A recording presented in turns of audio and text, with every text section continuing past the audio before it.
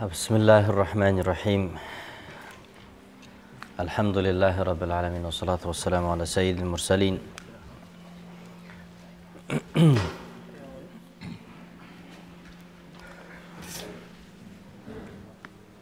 Tаңертеңнен бері сіздерменен қайта кездесіп, білмеймін ғой, сіздер емес шығар, бірақ жастар екен де, машалла.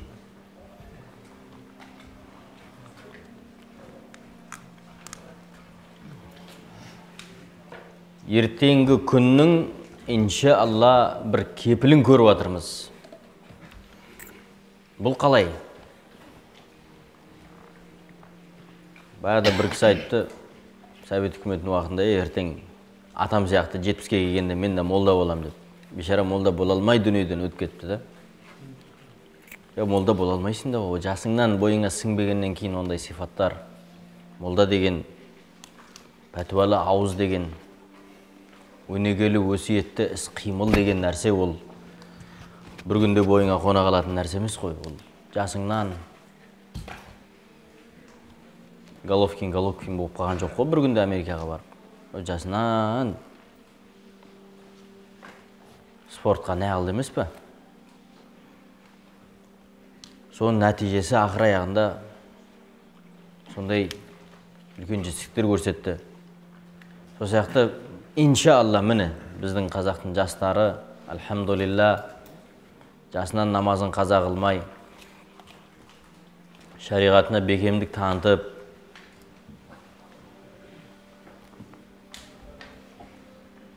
Пайғамбарымыз саллаллаху алейхи ва саллям сүннетіне әhtимам қылып,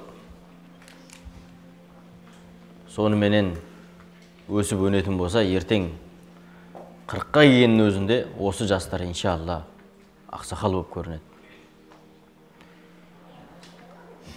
Жөн айтатын, және оның жөні елге өтетін, қайдан пайда болады? О мінекей жастық шақтан осындай хайырдың ісімен, жақсылықтың арасында жүрудің себебінен пайда болатын нәрсе. Пайғамбарымыз саллаллаху алейхи ва саллям айтты, жастардың ең жақсысы үлкендерге ұқсағаны. Үлкендердің ең жаманы жастарға ұқсаған деді. Бір ақсақал деп айтайын десең, біздің қазір шөремізде бір қиын болып қалды ғой, баяғы ақсақалдар жоқ. Бұрын кішкентай кезімізде үйге қонақ келсе, үлкен кісілердің қолына су құятынбыз, және үлкен кісілердің сақалдары бар, сәлделері бар, үстерінде кең киімдері бар, әдемі көрінетін еді. Соны қазір әжемнен сұрап отырсам, әже сол кісілер келуші еді ғой, аты осындай, сол кісілер нешінші жылғы десем, сол біз жас кезімізде, бала кезімізде көргенде сол кісілер 40-50-дің жобасындағы жастар екен. Бірақ сондай ақсақал болып көрінетін бір 80-90-дағы ақсақалдар шығар деп ойлайтын едік. Қазірдің өзінде елестетсек сондай көрінетін бізге. Бірақ ол кісілер ондай емес екен. Әлде қайда жас екен. Бірақ сондай ақсақалдар көрмейміз қазір. Қазіргі 60-70 жастағы кісілерге қарап көріңіздерші, қиын жағдайлар. Бірақ енді ол да Алланың бір қалауы, ол біреуді сөгу, біреуді мінеу емес мақсат. Ертең біз өзіміз душар болмайық сондай халге.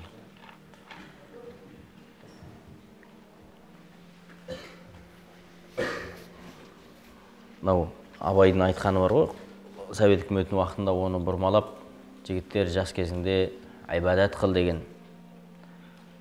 Нашат, мынау күш, қуат, денсаулық. 20 жасымда Аллаға шүкір қажы қылдым. Сол уақыттағы қажылықты қазір барып қылсам, ондай қажылық қыла алмаймын. Сол уақыттағы тауафтар, сол уақыттағы Арафат пен Мұздалифа, Мұздалифадан Мина орталарын ойнап жүріп, жүгіріп кезіп өту, қазір жасай алмайсың.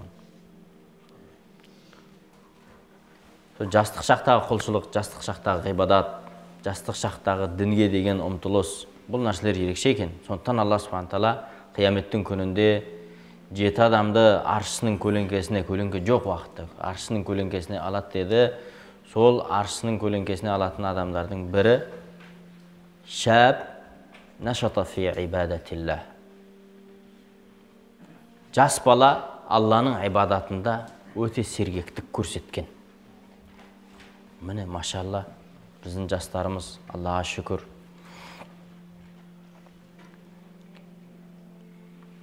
Хадис Урнейин деген бір вақиға бар, хидаяда келген.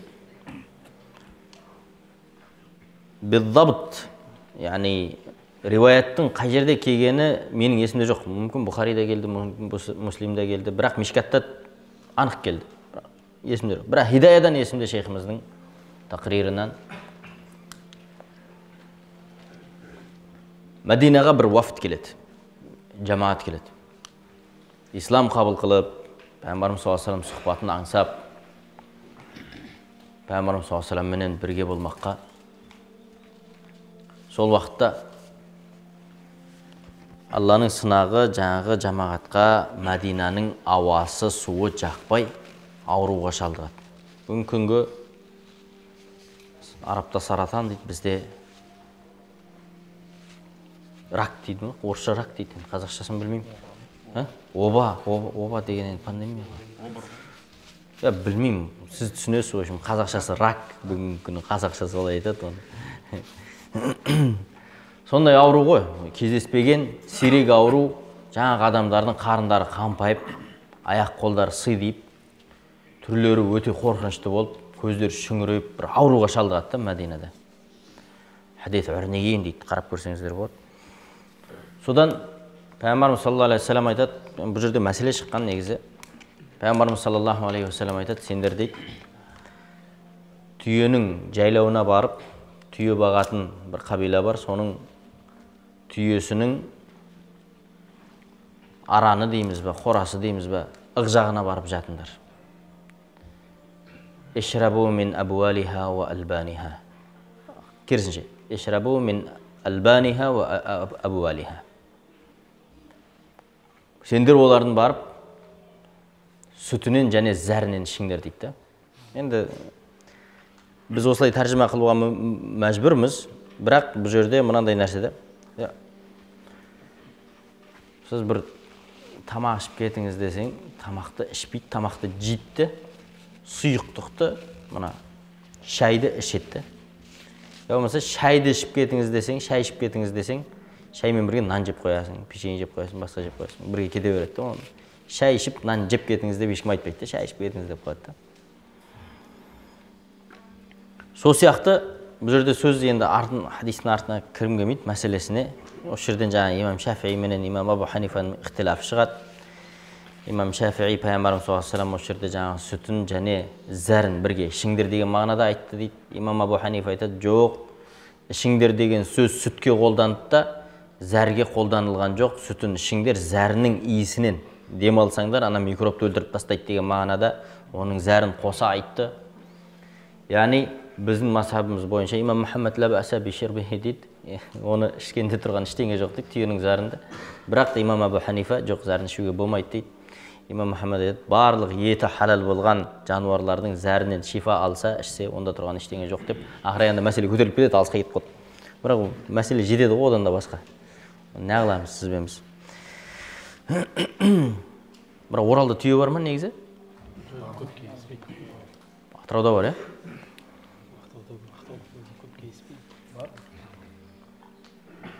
В общем, шуатын ішіп тұрыңыздар, пока жақсы ма? Айбек ұстаз келіп не қылды деп қойып жүрмеңіздер. Пока шуатын, иншалла. Содан жаңағы Урнейин дейді, бұл халық емделуге кетеді. Жаңағы келген жамаат Мәдинадан сыртқа, жаңағы түйенің сүтімен емделуге, зәрмен емделуге Мәдинадан тысқа кетеді. Ақыры енді Алла субхана тағала шифа береді. Бұлар ауруынан жазылады, қарындары қамбиып, қозғалуға келмей қалған жамаат бір уақытта анадан шифа тауып, Алланың қалауымен жазылады. Қазақ айтады, жаман атқа жал бітсе, жәннат торсық байлатпас дейді. Жаман түйе семірсе, жәннат торсық байлатпас. Енді қайсын сіздерге ыңғайлы, соны айтсаңыздар бола береді.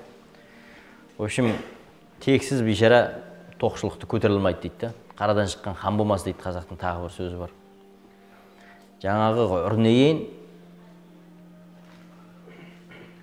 өлейін деп мелшиіп жатқан жерлерінен жазылып жақсы болғаннан кейін шектен шығып баяғы түйенің фермасын ұстап отырған адамды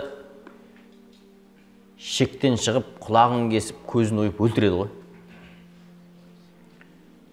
Діні қаяқта қалды, иманы қаяқта қалды, шектен шығып кетеді. Содан Пайғамбарымыз саллаллаху алейхи ва саллям хабар келеді Мәдинаға. Бұлар түйенің бақташысын осындай қылыпты деген. Сол уақытта Пайғамбарымыз саллаллаху алейхи ва саллям Мәдинаның көшесіне жүгіріп шығады.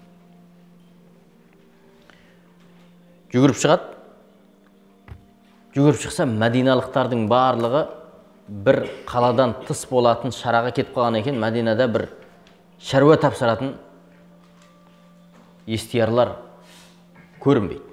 Қараса 15-16 жастағы жас балалар ойнап жүреді. Пайғамбар саллаллаху алейхи ва саллям балаларға бергендер. Өрнейін осындай қылған екен. Барып бақташымен қандай іс жасады, сондай іс жасауға алып келдіңдер оларды осындай дейді. Яғни қалай көзін ойды, солай көзін оюымыз керек.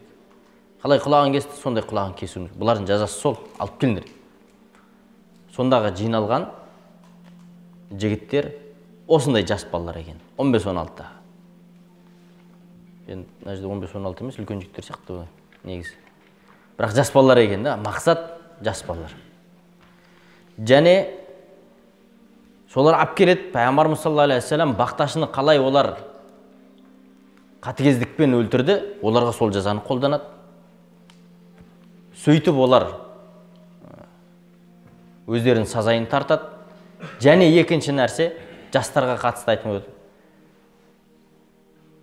Бәдірдің уақиғасында Пайғамбарымыз саллаллаху алейхи ва саллям сахабалармен барып, Бәдірде өте қиын хал еді мұсылмандардың. Мұсылмандар 313 болса, меккелік мүшриктер 950 болған. Ала асахар ривая 950 адам болған. Оның 700-і аттылы, 100-і түйелі, 800 болды ма? Енді 150-і жаяу қатын қалаш, концерт қоятын, базар қылатын, сондай тағы 150 қарайған адам бар еді. Сөйтіп олар Бәдірге келген болды. Бәдірде керемет уақиғалар болды. Енді мақсат жасты айтқым келіп тұр. Муауз деген екі бала болды сол уақытта, мұсылмандардың әскерінің ішінде. Пайғамбарымыз саллаллаху алейхи ва саллямнан сұрады: "Я Расулалла, Абу Жахил деген қайсы?" деді.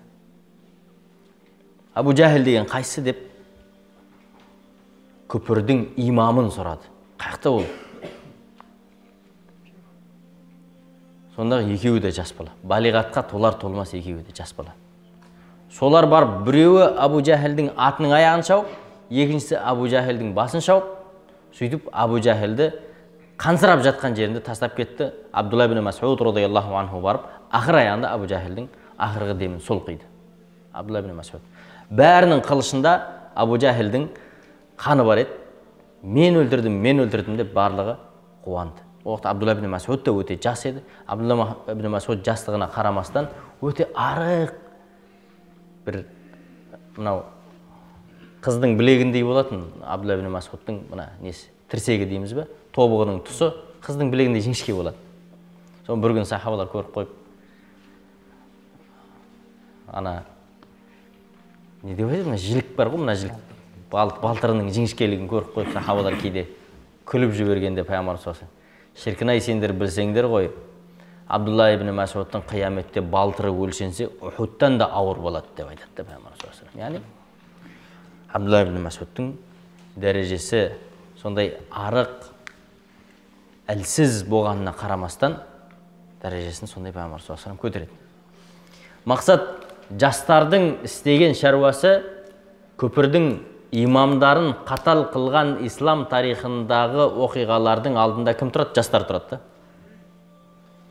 Қазақстанның егемендігі десең кім? Қайрат Рысқұлбек есіңе келеді. Қайрат Рысқұлбек неше жаста еді сол уақытта?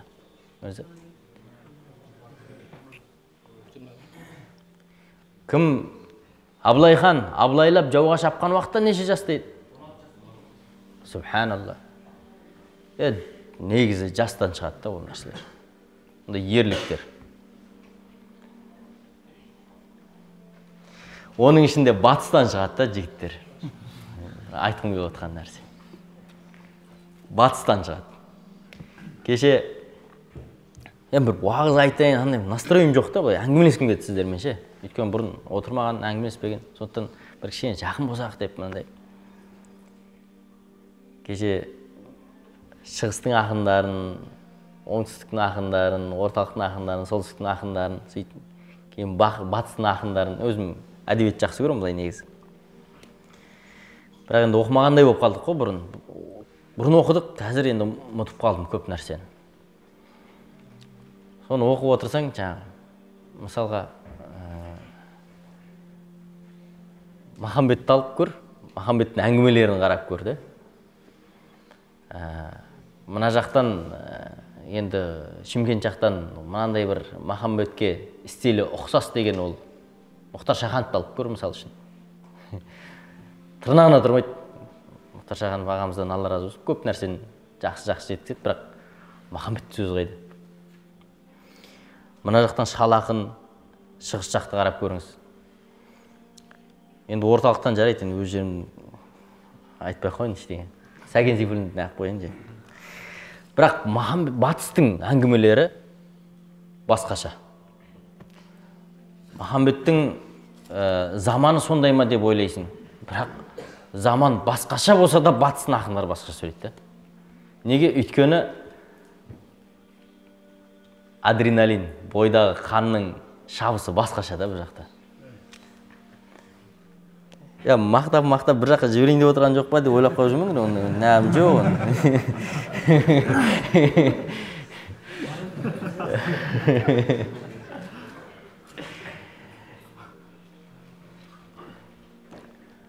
Алла субхана тағала бұл халыққа енді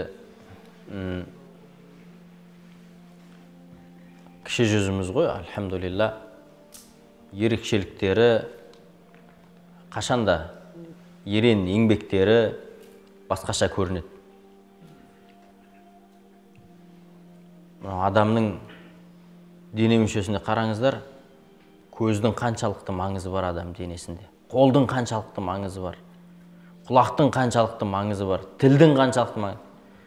Бірақ әрқайсысы өз басына, қой мен көзбен бірге бір баста тұрмаймын деп құлақ басқа жаққа кетіп қалмайды.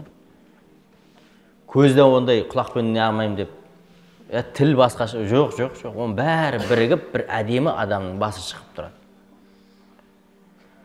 Сол сияқты батысымыз бар, шығысымыз бар, оңтүстігіміз, солтүстігіміз, орталығымыз. Сөйтіп барып, біз бір әдемі халық бола аламыз. Бізді анаумен, мынаумен, енді ауыл арасында жүргеннен кейін, Қазақстанда жүргеннен кейін, мен арғынмын, сіз адайсыз, сіз берішсіз, анау найман, мынау қоңырат деген сияқты нәрселер может айтылуы мүмкін бір ауылда жүргеннен кейін.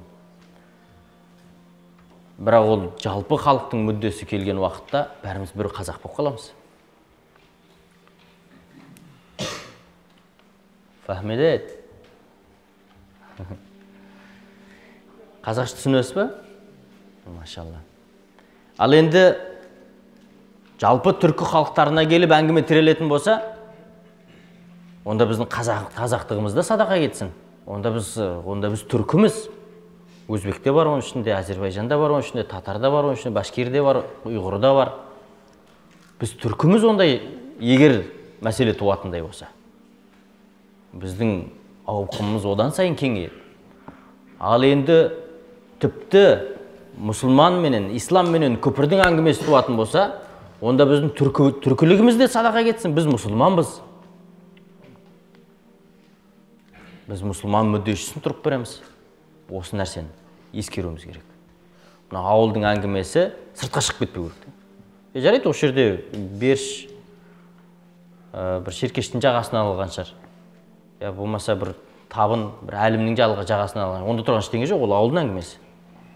Бірақ бір-бірімізді жақтырмай, анау арғын, анау южанин, анау басқа жақ, анау міндеңе, ондай нәрсе, ол ауылдың әңгімелер. Ертең егерде ел өсіп өнетін болсақ, бұндай әңгімелер артта қалу керек.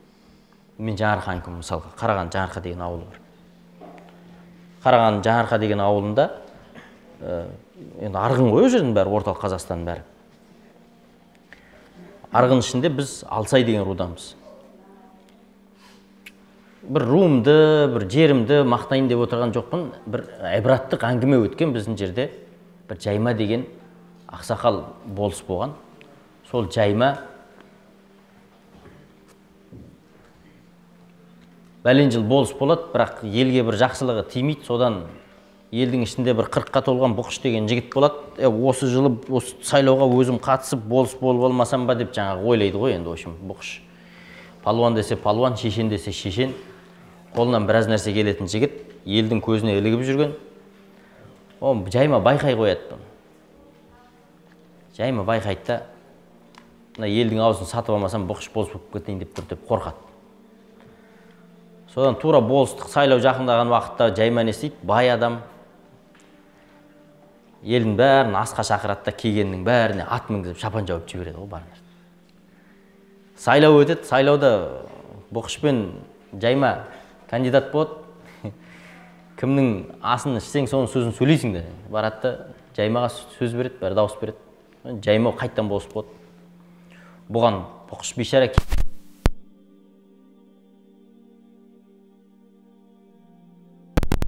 бастарыңды не үшін?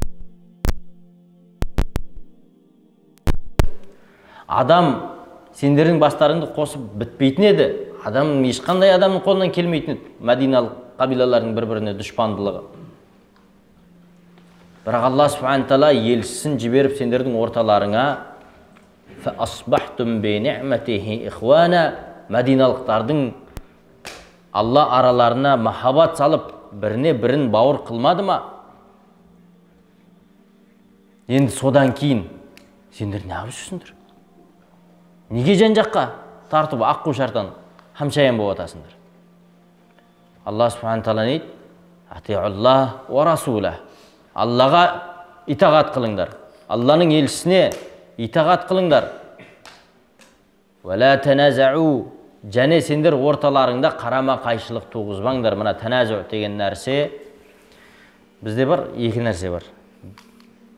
Бәсеке болу және қарама қайшылық тудыру. Осы екеуін қосып араб таназу деген бір-ақ сөз айтады. Не бәсекеге түспеңдер, не қарама қайшылық қылмаңдар. Алла Тағала айтып жатыр Құранда: "Вала таназау". Сендер біріңе бірің бәсекені де тудырмай қойыңдар.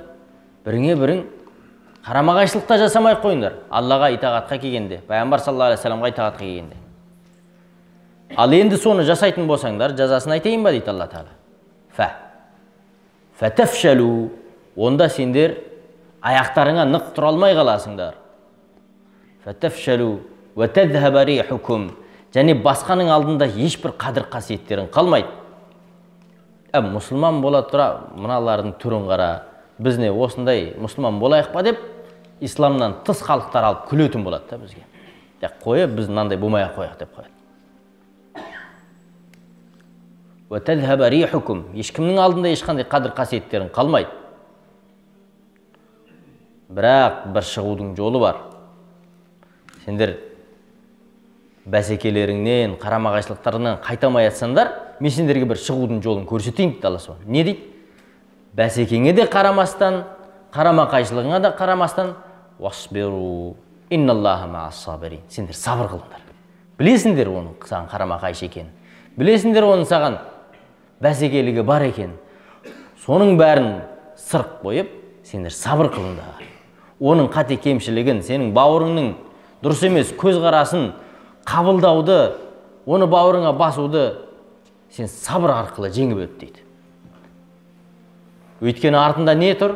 Инналлаха ма'ас-сабирин. Шынында Алла Тағала сабыр қылушы, басқалардың қате кемшіліктерін қоя салып, оны бауырына басқандармен бірге дейді. Ендігі осыған қатысты келесі беттегі аятта Алла Subhanahu Taala не деп айтады? Валлазина кафару ма әлде валлазина кафару аулияу ба'духум ли ба'д. Аятта не деп келеді? Хафиздар бар ма? Әлгі күпір келтіргендер бар емес пе дейді. Олар исламға қарсы тұруда біріне бірі дос бола қалады дейді. Біріне бірі соншалықты көмекші болып, бастары бірге қалады. Илля таф'алуху, енді сендерде көпірге қарсы тұруда, өтірікке қарсы тұруда, наданлыққа қарсы тұруда, солай бастарыңды біріктіріп, бір жерден табылмасаңдар, илля таф'алуху фатакун фитнатун фил ард, жердің бетіне соншалықты бүлік тарайды. Ва фасадун кабир, жерде пасат туады. Оны сендер шеше алмай қаласыңдар дейді. Біздің ауызбіршілігіміздің кеткендігінің себебінен Алла субхана тағала не дейді? Жерде сондай фасад тудыртам, жерде сондай фитна тудыртам. Ненің себебінен? Сендердің бастарыңның бірікпегендігінің себебінен. Біздің басымыз бірігіп, біздің арамыздағы ауызбіршілік ортамыздан шықпайтын болса, онда Алла субхананың рахматы, Алла субхана тағаланың жеңілдіктері, жәрдемі сізбен бізге тұра береді. Ал енді қашан жан жаққа тартып кететін болсақ, онда ауыздығымыздағыдан айырылып қалуымыз әбден мүмкін. Ухудтың уақытында, Ухудқа барған болсаңыздар, Ухуд мешітінің солтүстік жағында Ухуд тауы тұр. Оңтүстік жағында кішкентай ғана тау тұр, адамдардың бәрі соның үстіне шығып жатыр қайта-қайта.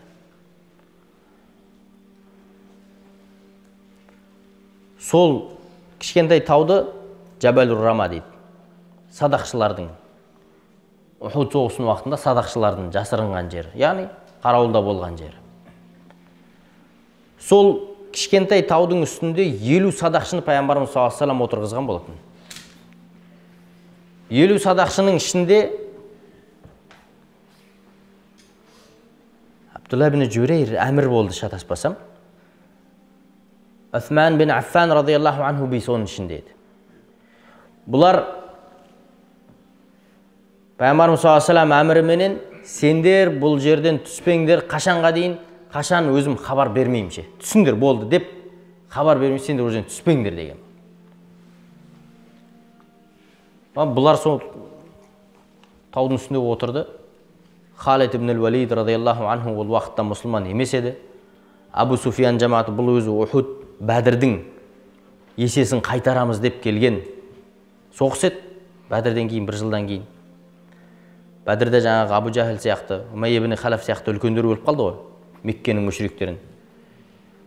Бұл жаңағы Абу Суфиян Меккенің әмірі болып қалды да, бір жылдан кейін әскер дайындап әкеп Ухудта соғысты пайғамбарымыз саллаллаху алейхи ва саллям. Халид ибн ал-Валид радияллаху анху ол уақытта мұсылман еместін, ол наблюдатель дейді, ол не деп айтады, бақылаушы болып келген еді. Болды, біз жай қараймыз, не болады екен, қандай болады екен. Халид ибн ал-Валид радияллаху анху келді. Соғысқан жоқ әуелінде. Содан қарады, мүшриктер әбден таяқ жеді. Ана садақа атушылар мүшриктерге сазасын берді үстінен, Абу Суфиян жамаатына. Абу Суфиян жамаат сондай саза жеді, бұлар артқа қарай қашты. Садақшылар ойлады, о, міне, біз жеңіске қол жеткіздік. Мұсылмандар жүрді. Бір уақытта таудың тасасына кеткен уақытта Халид ибн ал-Валид радияллаху анху, мұсылмандар алға кетіп бара жатыр, мұсылмандар кәпірлерді қуып. Халид ибн ал-Валид радияллаху анху таудың үстіндегі садақшылардың түсіп кеткенін көрді, мына жақтан келді, мұсылмандарға шабуыл жасап, садақшы мадақшасымен қоса мұсылмандарға үлкен соққы берді. Үлкен соққы берді сол уақытта. Сонда осы жердегі соққы 70 қаридың дүниеден өтіп кетуі сол жерден. Кім? Хамза, Асадулла, пайғамбарымыз саллаллаху алейхи ва саллямның ағасы Хамза радияллаху анхудың шахид болуы. Қасында Мус'аб бин Умайр радияллаху анхудың шахид болуы жатыр, ona ненің ішінде. Көрсеңіздер, шынымен қоршап қойған ғой Ухудта. Сейиду шухада дейді. Сол жер майданы, сол жерге көмді. Сол осындай шығынға қалды. Қашан қалды шығынға? Пайғамбарымыз саллаллаху алейхи ва саллямға итағат қылмаған себепті осындай шығынға қалдық та біз мұсылмандар. итаат не істеу керек еді? Ақырына дейін отырып пайғамбарымыз саллаллаху алейхи вассаламның түс деген әмірінсіз түспе. Бірақ олар анандай тойтарысты көрген уақытта, кәпірлердің аншалықты жеңіліп жатқан көрген уақытта, міне олжамызды жинайық, болды, міне соғыс бітті деп ойлап түсті. Алла Тағала мына жағынан басқаша ситуация, жағдай беріп қойды. Біз қашан өзімізді пайғамбар саллаллаху алейхи уассаламның әмірлерінен ажыратып қойсақ, итағатынан шығып кетсек, ескерейік, бізге үлкен шығын келеді. Әйел бала шағамыздан, туған туысқанымыздан, ата-анамыздан, жұмысымыздан, бүкіл нәрседен, денсаулығымыздан біз шығын көреміз міндетті түрде. Қашан пайғамбар саллаллаху алейхи вассалам итағатынан шығып кететін болсақ. Ал енді пайғамбар саллаллаху алейхи вассалам итағатында өзіміз сақтай білсек, иншалла, мүмкін көз алдымызда бір шығынға қалған сияқты болып көреміз, бірақ ақиретте Алланың алдында үлкен хайырға, нығметке кенелеміз. Бүгінгі жұма уағызындағы келген аятта не деп айтты? Құл ин күнтум тухиббуналла. Ей Мұхаммед, айт оларға деді. Айт оларға. Егер де шынымен сендер Алланы жақсы көрген болсаңдар, фаттабиуни, ендеше менің артынан еріңдер деп айтты. Қалай? Не болып кетті? Біреу әкімге жағам десе, бір әкім алдында әрі-бері кіріп шығып жүрген біреу, сен мынандай қылсаң әкімге сен темаң өтеді десе, ол қалай болса солай сол нәрсені жасап шығудан тайынбайды. Өйткені оған ан жақпен нормальный болса алып шығатын тендерлар бар, объемдар бар, жұмыстар бар. Сондай ғарыздарды, ғаяттарды көріп, осындай амалдар істеуге дайын. Бірақ әлемдердің патшасы, әлемдердің Раббысы Алла Тағала айтып отыр, маған жағам десеңдер, мені жақсы көрем десеңдер, фаттабиуни, пайғамбарымыз саллаллаху алейхи вассалам артынан еріп беріңдер, юхбибукумулла, Алла Тағала сендерді жақсы көретін болды сонда. Аллаға сендер шынымен ұнайтын боласыңдар. Алла сендер жақсы көретін болады.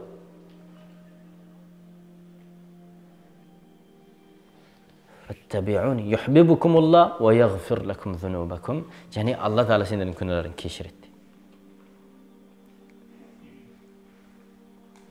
Не күнә кешіруге, не бір Алланың алдында жақсы болуға қайда кетіп қалған біздің желанияларымыз? Сахабалар соншалықты иттиба қылды пайғамбарымыз саллаллаху алейхи вассаламға. Аллаға қандай жақсы көрінсем, Аллаға қандай мен сүйікті болсам, осы нәрседен нашаның астында қалды сахабалар. Енді сіз бен біз Аллаға деген махаббатымызды және Алланың бізге деген махаббаты оянсын десек, бізде бір жол бар, ол пайғамбар саллаллаху алейхи вассалам артынан ілесу. Пайғамбарымыз саллаллаху алейхи вассалам сіз бен біз үшін Ухудта ұрты тесіліп, қанжар кірді пайғамбар саллаллаху алейхи вассалам. Сіз бен біз үшін пайғамбарымыз саллаллаху алейхи вассаламға алдынан хабар беріліп қойған, сен жәннатисің, жәннаттың дәрежесі бар Фирдаус, Фирдаустағы ең ала дәрежа сенікі. Ей Мұхаммед, сенің шаруаң шешілген. Алла Тағала сенің бүкіл күнәңді кешірген, алдынан және артынан. Қашан бір күнә сенен садыр болса, ол Алланың тарапынан кешіріліп қойған. Пайғамбарымыз саллаллаху алейхи вассалам дүниеде мәңгілік қалмайтынын біледі, ақыреттегі дәрежесін біледі. Үмметім жеттер жақсы, аманшылық болсын, ана жақта көрісеміз деп кетіп қалған жоқ қой пайғамбарымыз. Пайғамбарымыз саллаллаху алейхи вассалам соншалықты қиыншылықтарды тәхәммүл қылды, басынан кешірді. Неге? Сіз бен біз үшін. Осы жерге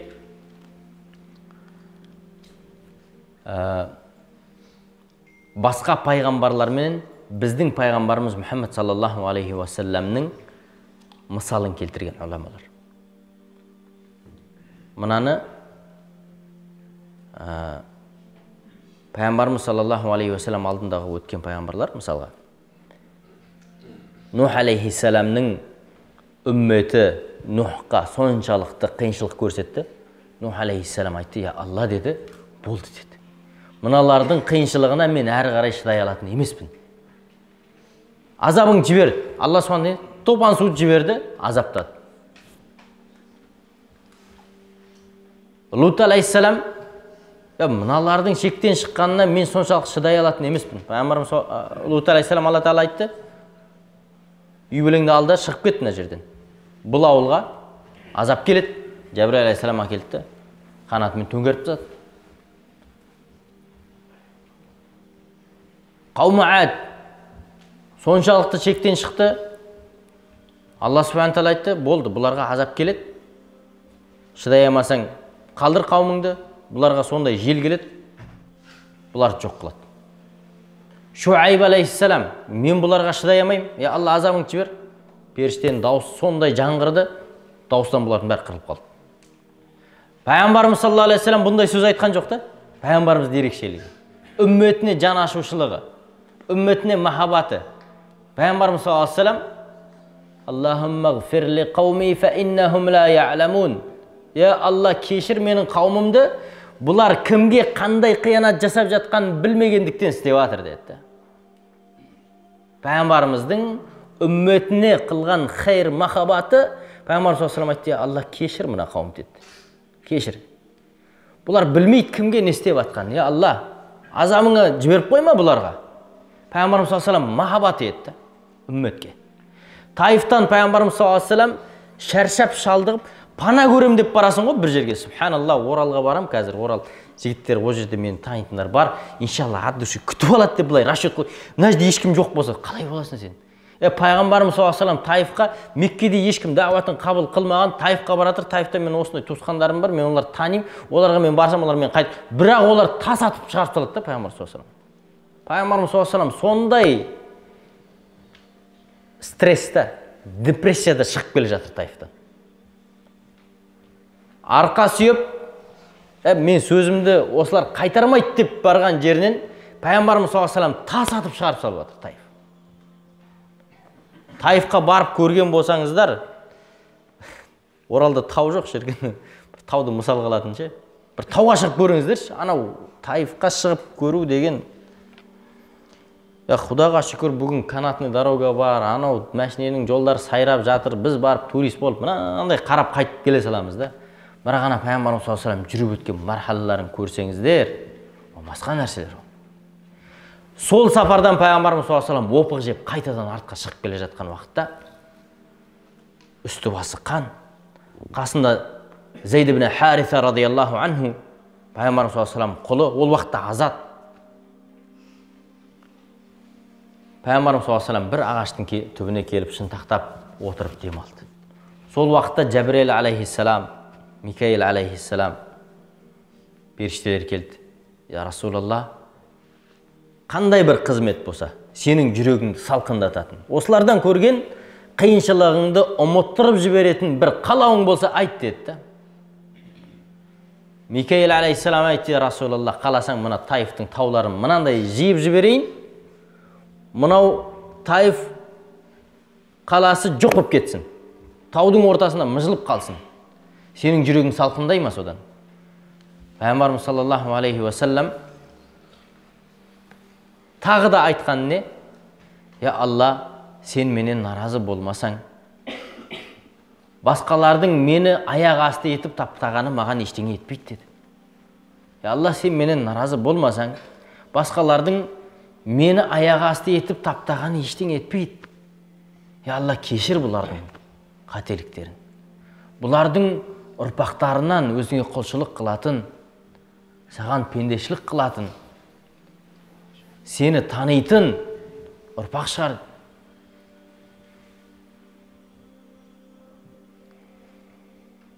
Пайғамбарымыз саллаллаху алейхи уассаламның аузынан үмметі үшін, қиянат қылған қауым үшін ешқашан бір лағнеттің бір қарғыстың дұғасы шыққан жоқ. Сол себепті Алла субхана тағала бұл үмметке соншалықты рахмет қылды, соншалықты исламды бұл үмметке қызмет қылуға тауфиқ берді. Пайғамбарымыз саллаллаху алейхи вассаламның жүрегі жарақаттанған уақыттағы хайырдың дұғаларының берекесінен. Адам есінде болсын. Біздің ұстазымыз айтатын еді. Адамның жүрегі сынған уақытта, Пайғамбарымыз саллаллаху алейхи вассалам Муаз ибн Жабал радиаллаху анху Йеменге шығарып салып тұрған уақытта, сол жамаатқа айтқан насихатында мазлумның дұғасынан сақтан деді. Иттақу дәуәтіл мазлум. Сендер сақтандар деді. Кімнен? Мазлум адам. Біреуге сендер зұлымдық жасап қойып, және олар сендерге жаманшылықтың дұғасын жасап жібермесін. Шынында оны менен Алланың ортасында ешқандай перде жоқ. Уәләу кәне кафиран, тіпті зұлымдық көрген адам кәпір болса да, Алла Тағала оның дұғасын қабыл қылып жүрді. Неге? Өйткені жүрегі сынып тұр сол уақытта деді. Ал енді пайғамбар саллаллаху алейхи ва саллям Аллаға ең ақраб жаратылыс, ең жақын жаратылыс. Сол пайғамбар саллаллаху алейхи ва саллям жүрегі сынып атқан уақытта пайғамбар саллаллаху алейхи ва саллям қайырдың дұғасын жасады сізбен біз үшін. Алла бұл қауымды кешір, бұлар кімге қандай қиянат жасап жатқанын білмегендіктен істеп жатыр осындай амал. Сол пайғамбарымыз саллаллаху алейхи ва салламның кешірім рахмәтінің, хайырдың дұғасын жасауының себептерін Алла субхана тағала сізбен бізге рахым қылды. Бүгін күні мұсылманбыз. Енді хәл жазаул ихсани илля ихсан. Жақсылықтың жақсылықтан басқа жазасы болуы мүмкін бе? Махаббаттың өтемі махаббат болудан басқа мүмкін бе? Пайғамбарымыз саллаллаху алейхи ва саллям сізбен біздің надандығымызға соншалықты дұға жасап, «Я Алла, менің үмметім күнәсін кешір. Жахри қылған күнәсін, сirri қылған күнәсін, алдын қылғанын, кейін қылған, я Алла кешір». Арафаттың уақытында пайғамбарымыз саллаллаху алейхи ва саллям дұғасы, «Я Алла кешір». Пайғамбарымыз саллаллаху алейхи ва саллям арафаттың уақытында бір табассум дейміз ғой, жымиған жоқ еді пайғамбар. Соншалықты ғамгин болды, соншалықты қайғыда болды. Сахабалардың зәресі кетті. Пайғамбарымыз саллаллаху алейхи ва саллямның түсінен бір қуаныш әрі көрінбеді. Пайғамбарымыз саллаллаху алейхи ва саллям осылайша арафатта сізбен біз үшін көп дұға жасауда бесім менен асырды қосып оқыды. Дұға жасауға уақыт қалдыру үшін. Кейін шамның уақыты кіре берген уақытта әлі табассум келген жоқ. Бетінен ешқандай жымию көрінген жоқ. Мұздалифаға рұқсат болып кетті. Арафаттан Мұздалифаға шықты. Мұздалифаның тұсына келді. Құптанның уақыты кіріп қойған еді. Тез шам менен құптанды оқып, түнін тахажүттен жылау менен өткізді. Түнін тахажүтте жылау менен үмметіне кешір. Алла субхана тағала сол уақытта Арафатта айтты, үмметіңнің 3-тен 1-ін кешірдім. Үмметіңнің тең жартысын кешірдім. Ақыр аяғында Алла субхана тағала Мұздалифада айтты, үмметіңнің барлығын кешірдім, тек залимдарын кешірмедім деді. Зұлым болғандарын кешірмедім. Пайғамбарымыз саллаллаху алейхи ва саллям әлі дұғада. Таң намаздан кейін пайғамбарымыз саллаллаху алейхи ва салламға хабар келді, үмметіңнің барлығын кешірдім деген. Сол уақытта пайғамбарымыз саллаллаху алейхи ва саллям бетіне табассум келді. Пайғамбарымыз саллаллаху алейхи ва саллям сол уақытта Мұздалифаның таңында шайтан шашын жұлып жылап жатқанын көрді. Менің қаншама еңбегім, қаншама адамға күнә жасатқаным, тозақтың төріне жеткізгенімді Алла Тағала бәрін кешіріп тастады. Мен не қыламын? Пайғамбарымыз саллаллаху алейхи ва саллям сол уақытта ғана табассум қылды. Сол уақытта ғана пайғамбарымыз саллаллаху алейхи ва саллям жымиды. Түндерін, мүбарак аяқтарын ісіріп дұға қылды. Түнін тахажүдте өткізді. Айша анамыз жылады, я Расулалла. Алла субхана тағала сіздің өткен күнәңізді, келер күнәңізді бәрін кешіріп қоймады ма? Не болды осыншалықты аяғыңызды ісіріп түнімен тахажүдте тұрып жылайтындай, намаз оқитындай, я Расулалла. Пайғамбарымыз саллаллаху алейхи ва саллям айтты, мен Аллаға шүкіршіл құлдардан болмайын ба не? Бүгінгі дұғасы пайғамбарымыз саллаллаху алейхи ва саллям жұма намазында айттық, Айша анамызға айтқан. Я Алла, Айшаның өткен күнәсін, келер күнәсін, ашық жасаған, жасырын жасаған күнәсін кешір. Айша анамыздың қуанышы, субханалла. Пайғамбарымыз саллаллаху алейхи ва саллям, «Уаллази нафси бияди». Я Айша, сені қуандырама осы дұғам? Қуандырама? Қалай қуандырмайды, я Расулалла? Мен үмметіме 5 уақыт намазым артынан осы дұғаны жасаймын. Үмметім күнәсін кешір. Со пайғамбарымыз саллаллаху алейхи уассаламның осыншалықты махаббатын, осыншалықты сізбен бізге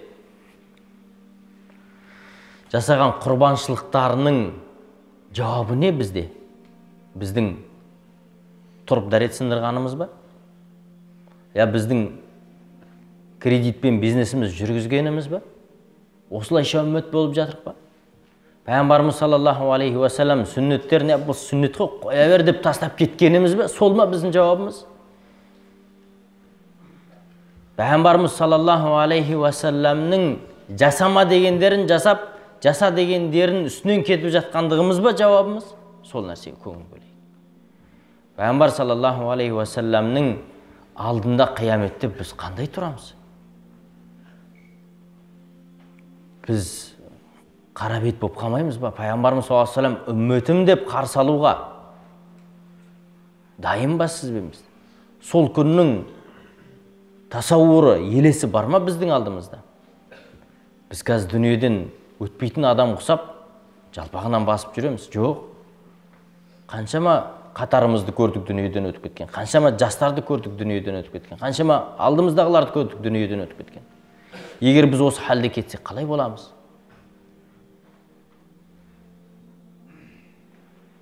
Біз шетелде өліп қалсақ, қасымызда қазақстандық деген паспортымыз жоқ болса, біздің кім екенімізді кім қалай біледі? Біз енді пайғамбардың үмметі болып тұрып, сүннетіне сәйкес бойымызда ештеңе жоқ болып өліп қалсақ, біз қандай пайғамбардың үмметі боламыз? Пайғамбарымыз саллаллаху алейхи уассаламның махаббатын зая қылмайық. Пайғамбарымыз саллаллаху алейхи уассаламның сізбен біз үшін жасаған хайр ихсандарын жауапсыз қалдырмайық. Иншалла пайғамбарымыз саллаллаху алейхи уассалам сүннетіне бүгіннен ихтимам қылып кірісуге, пайғамбарымыз саллаллаху алейхи уассаламның тоқтатқанын тоқтауға, жаса дегеніне ынтаменен кірісуге әрқайсымыз ниет қылайық. Ва ахру дa'вана анил хамдулиллахи rabbil alamin. Алла разы болсын.